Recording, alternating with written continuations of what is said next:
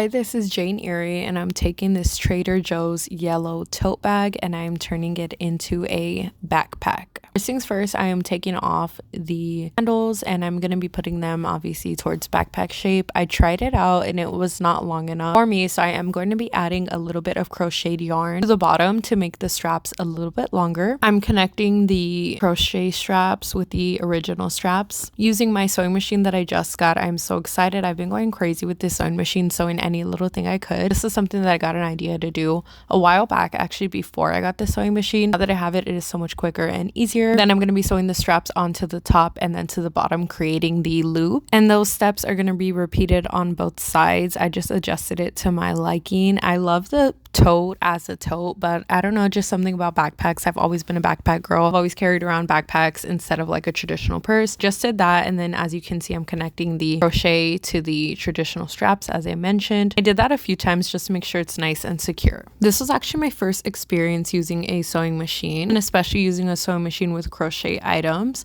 Everything else I've ever done, I've always done it by hand. I was getting a little bit stuck towards the crochet part. I just did my best to adjust it, make sure it didn't get clumped up. I bought a zipper of yellow that I felt matched the color as best as I could. I pinned it to the top, and then I'm gonna go ahead and sew it just in a straight line. It was a little bit harder towards the layered pieces. You can see the cut pieces and then the strap pieces towards the top, so that part was a little bit harder, but I ended up doing it. I just sewed the zipper on. I actually trimmed the edges a little bit on the top. I sewed them because I didn't want that like super square look. It's more of a rounded shape, but I ended up loving the final result. I've used it every day since I've made it. I love it so much, and I definitely plan to be making more backpacks in the future, and I've been obsessed with Trader Joe's for like the past year or so I'm super excited to use this. And that's pretty much it. I've been Jane Erie, and you just watched an Erie production.